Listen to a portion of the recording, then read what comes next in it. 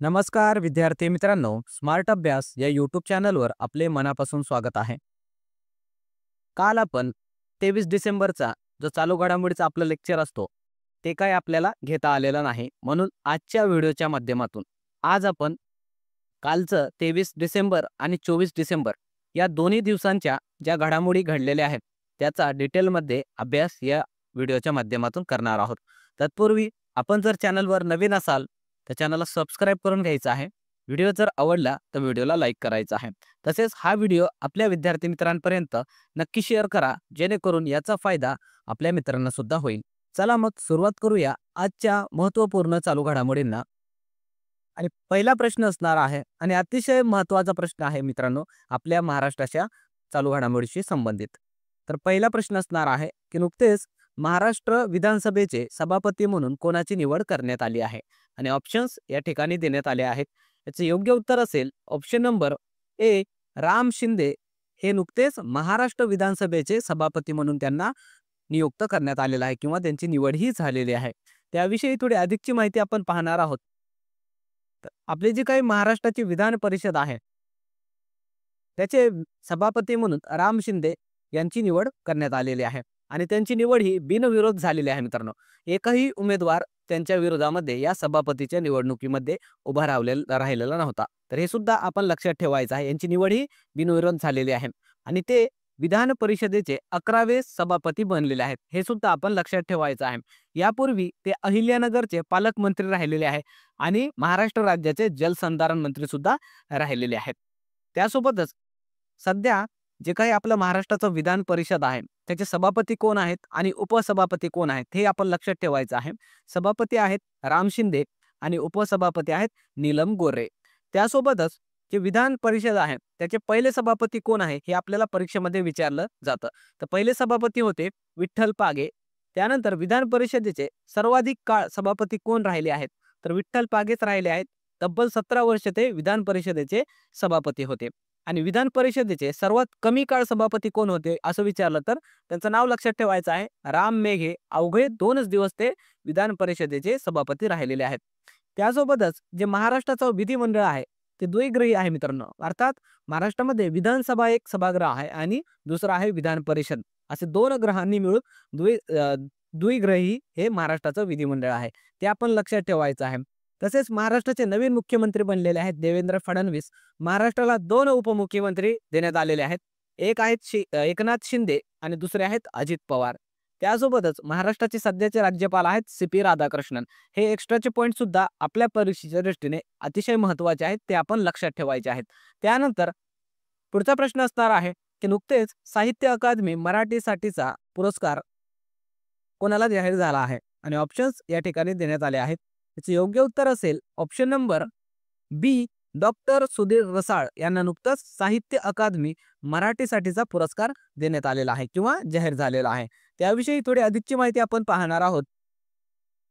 तर हे जे साहित्य अकादमी पुरस्कारांची घोषणा झालेली आहे 2024च्या, त्यामध्ये मराठी साहित्य अकादमी याच्यामध्ये पुरस्कार जे विजेता आहेत ते ठरलेले आहेत डॉक्टर सुधीर रसाळ आणि त्यांना विंदांचे गद्यरूप हे जे काही त्यांचा समीक्षा ग्रंथ आहे किंवा त्या ग्रंथाची त्यांनी समीक्षा केलेली आहे त्यासाठी त्यांना हा पुरस्कार जाहीर झालेला आहे. आणि हे डॉक्टर जे सुधीर रसाळ आहे ते मराठी साहित्य विश्वातील एक व्यासंगी परखड असे समीक्षक म्हणून त्यांना ओळखलं जातं. हे सुद्धा आपण लक्षात ठेवायचं आहे. त्यासोबतच 2023चे साहित्य अकादमी मराठी साहित्याचे जे काही पुरस्कार देण्यात आलेले होते तर त्याचे विजेता कोण होते हे सुद्धा आपण लक्षात ठेवायचं आहे. तर मराठी बाल साहित्याचे विजेता होते 2023 वर्षाचे भारत सासने. त्यांच्या समशेर आणि भूतबंगला या कादंबरीला ते पुरस्कार देण्यात आलेला होता. तसंच मराठी युवा साहित्याचा पुरस्कार देवीदास सौदागर यांच्या उसवन या कादंबरीला देण्यात आलेला होता. आणि आता 2024चं मित्रांनो नाव लक्षात ठेवायचं आहे, डॉक्टर सुधीर रसाळ यांच्या विंदांचे गद्यरूप हे जे काही समीक्षा ग्रंथ आहे त्याला हा पुरस्कार जाहीर झालेला आहे. अत्यंत महत्त्वाचा पुरस्कार आहे हा आणि प्रत्येक वर्षी परीक्षांमध्ये हा प्रश्न विचारला जातो. त्यानंतर पुढचा प्रश्न असणार आहे, नुकतेच भारतातील पहिला स्वदेशी कीटकनाशक विरोधी बॉडी सूट बनवण्यात आला आहे. त्याचे नाव काय? याचं योग्य उत्तर असणार आहे ऑप्शन नंबर ए, किसान कवच असं त्याचं नाव आहे मित्रांनो. जे भारतातलं पहिलं स्वदेशी कीटकनाशक विरोधी बॉडी सूट आहे. त्याविषयी थोडी अधिकची माहिती आपण पाहणार आहोत. हे जे काही किसान कवच नावाचं जे स्वदेशी कीटकनाशक विरोधी एक सूट बनवण्यात आलेलं आहे. शेतकऱ्यांना जे काही शेतामध्ये कीटकनाशक फवारल्यामुळे जे काही त्वचाचे रोग होतात, श्वसन रोग होतात, त्यापासून त्यांचं बचाव व्हावं म्हणून हे कवच निर्मिती करण्यात आलेलं आहे. आणि यामुळे शेतकऱ्यांना हे जे काही रोग होतात त्वचेचे, श्वसनाचे, तर त्यापासून त्यांना कुठेतरी आता दिलासा मिळणार आहे. तर हे आपण लक्षात ठेवायचं आहे. आणि हे जे काही किसान कवच आहे त्याचं त्याचं नुकतंच जे काही अनावरण आहे ते केंद्रीय विज्ञान तंत्रज्ञान मंत्री जे आहेत आपले जितेंद्र सिंग यांच्या हस्ते करण्यात आलेलं आहे. आणि याची निर्मिती ही एका खाजगी कंपनीकडून करण्यात आलेली आहे. ब्रिक इन्स्टेम असं त्याचं नाव आहे, जे की बेंगळुरू या ठिकाणची कंपनी आहे. हे आपण एवढं याविषयी लक्षात ठेवायचं आहे.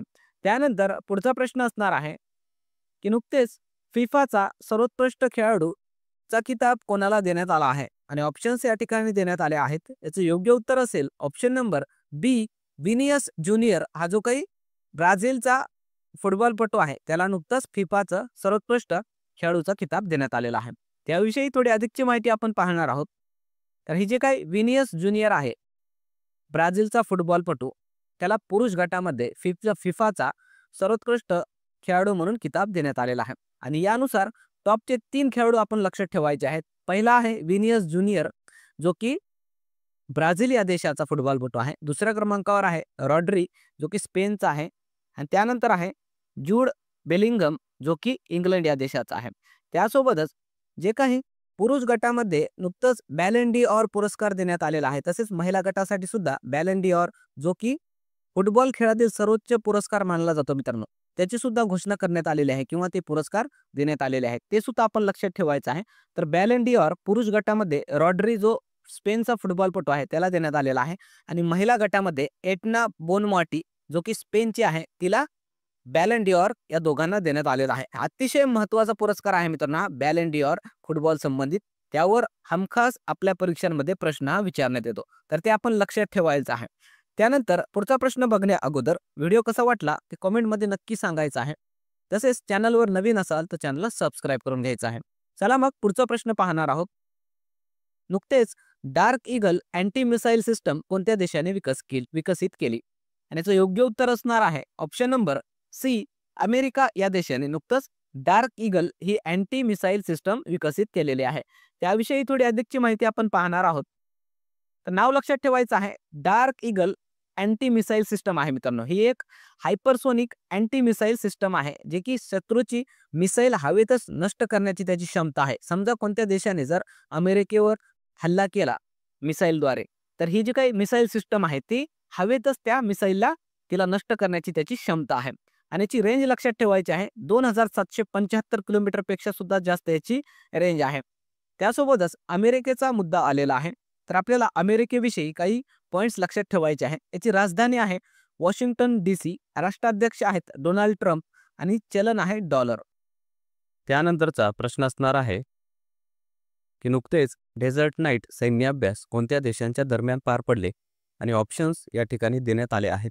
याचे योग्य उत्तर असेल option number A, Bharat, France, UAE या 3 देशांच्या दरम्यान हे डेझर्ट नाईट सैन्य अभ्यास पार पडलेला आहे.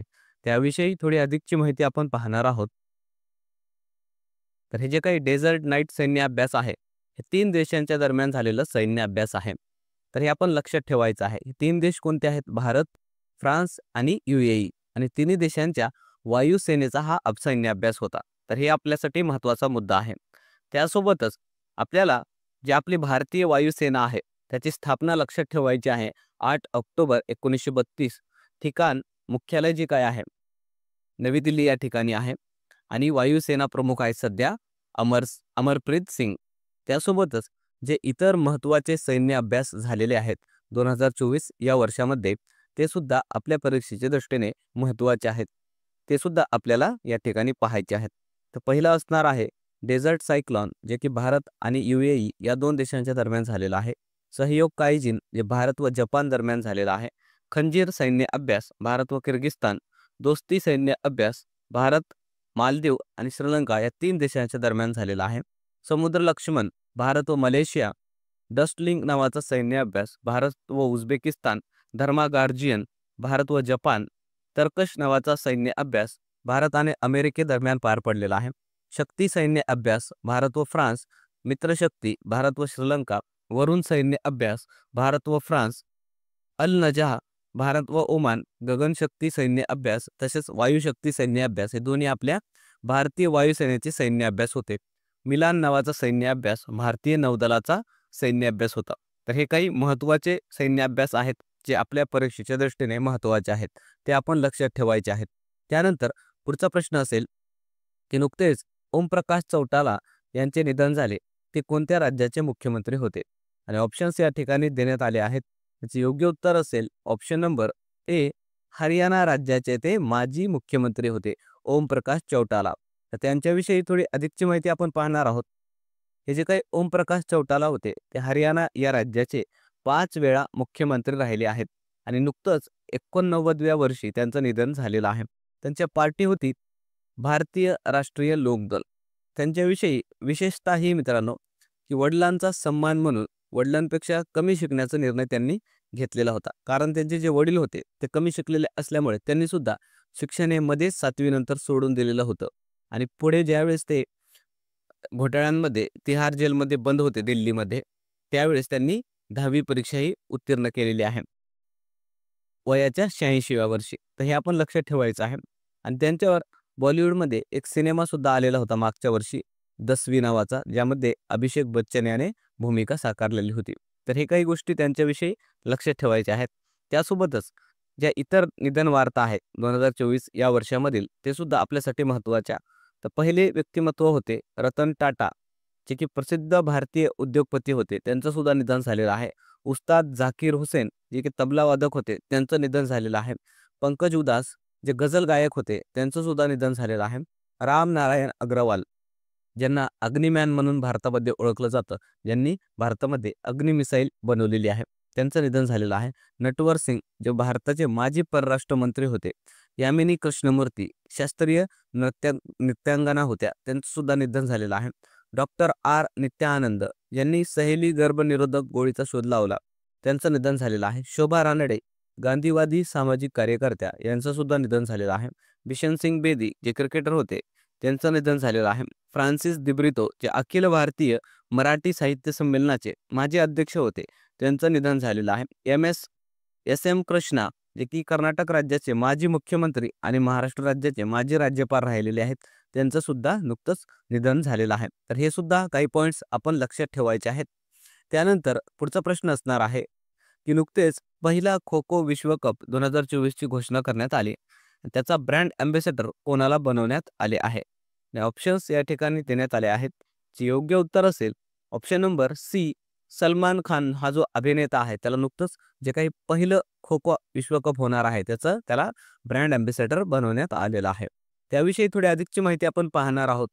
हे जे काही खो खो विश्वकप होणार आहे 2025चं, ते पहिलं खो खो विश्वकप असणार आहे मित्रांनो.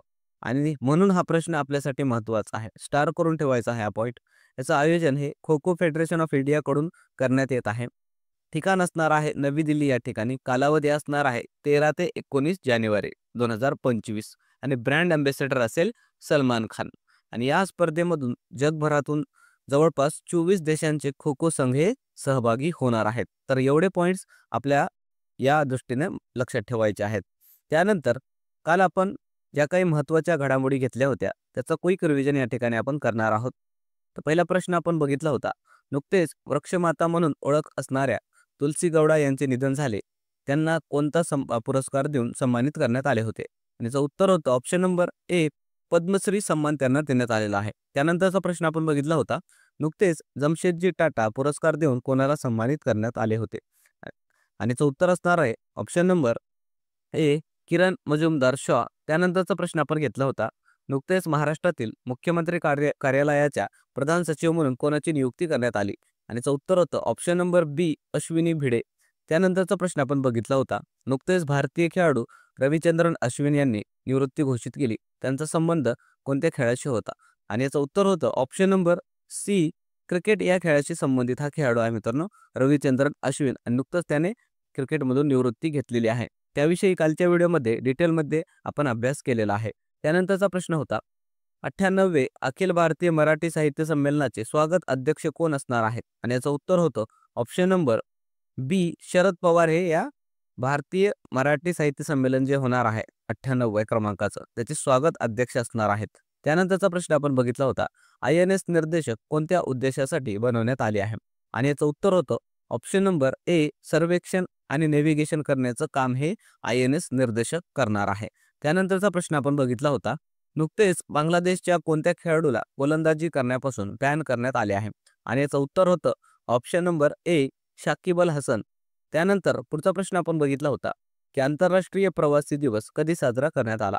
आणि याचं उत्तर होतं ऑप्शन नंबर बी 18 डिसेंबर हा आंतरराष्ट्रीय प्रवासी दिवस साजरा करण्यात आलेला आहे. त्यानंतर काल आपण होमवर्क क्वेश्चन दिलेला होता. तो होमवर्क क्वेश्चन असा होता की महाराष्ट्रातील पहिला आदिवासी विद्यापीठ कोणत्या जिल्ह्यात सुरू केले जाणार आहे? आणि याचं उत्तर हे बऱ्याचशा विद्यार्थ्यांनी कॉमेंटमध्ये अतिशय सुंदरपणे याचं उत्तर दिलेलं आहे. त्यांचं खरं मनापासून अभिनंदन. आणि ज्यांना याचं उत्तर माहिती नाही त्यांच्यासाठी आपण उत्तर सांगणार आहोत. आणि याचं उत्तर असणार आहे ऑप्शन नंबर डी नाशिक या ठिकाणी महाराष्ट्रातलं पहिलं आदिवासी विद्यापीठ सुरू केलं जाणार आहे. त्यानंतर आजचा होमवर्क क्वेश्चन असणार आहे आणि अतिशय महत्त्वाचा होमवर्क क्वेश्चन आहे मित्रांनो. सर्वांना याचं उत्तर हे आलं पाहिजे कारण प्रत्येक परीक्षांमध्ये हा प्रश्न विचारण्यात येणार आहे. म्हणून अतिशय महत्त्वाचा प्रश्न स्टार करून ठेवायचा आहे.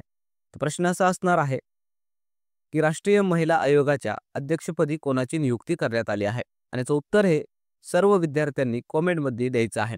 अतिशय महत्त्वाचा प्रश्न आहे. बघूया किती विद्यार्थी याचं उत्तर हे कॉमेंट बॉक्समध्ये देतात. तर थांबूया मग या ठिकाणी. व्हिडिओ जर आवडला तर व्हिडिओला लाईक करायचा आहे. चॅनलवर नवीन असाल तर चॅनलला सबस्क्राईब करून घ्यायचं आहे.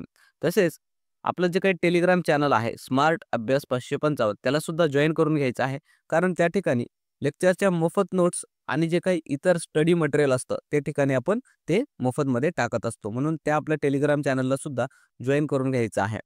थांबणार आहोत मग पुन्हा भेटूया एका नवीन व्हिडिओसह. तोपर्यंत धन्यवाद.